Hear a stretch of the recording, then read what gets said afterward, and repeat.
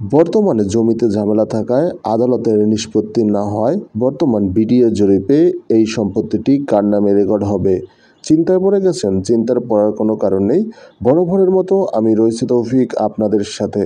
হ্যাঁ প্রিয় দর্শক, ইতিমধ্যে প্রায় সকল জেলায় শুরু হতে যাচ্ছে বিডিএ জরিপ। বিডিএ জরিপে আপনার নাম ওঠাতে চাইলে আপনার সকল কাগজপত্র সঙ্গে রাখতে হবে, যেমন আপনার দলিল, মিউটেশন খতিয়ান, রেকর্ডীয় খতিয়ান, ভূমি উন্নয়ন কর সহ সকল কাগজপত্র। যদি আপনার সম্পত্তি নিয়ে মামলা থাকে তাহলে এই সম্পত্তিটি বিডিএ জরিপে কার নামে রেকর্ড হবে।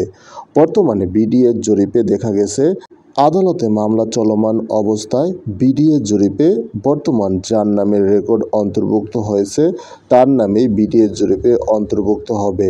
তবে আদালত চূড়ান্ত নিষ্পত্তি করার পর যে ব্যক্তি সম্পত্তি পাবে তার নামে পরবর্তীতে আদালতের মাধ্যমে সেই সম্পত্তি হস্তান্তর করা হবে। আশা করি ভিডিওটি বুঝতে পারছেন। ভিডিও থেকে কোনো উপকারে আসলে অবশ্যই চ্যানেলটি সাবস্ক্রাইব করে বেল আইকন বাজিয়ে রাখুন। আসসালামু আলাইকুম।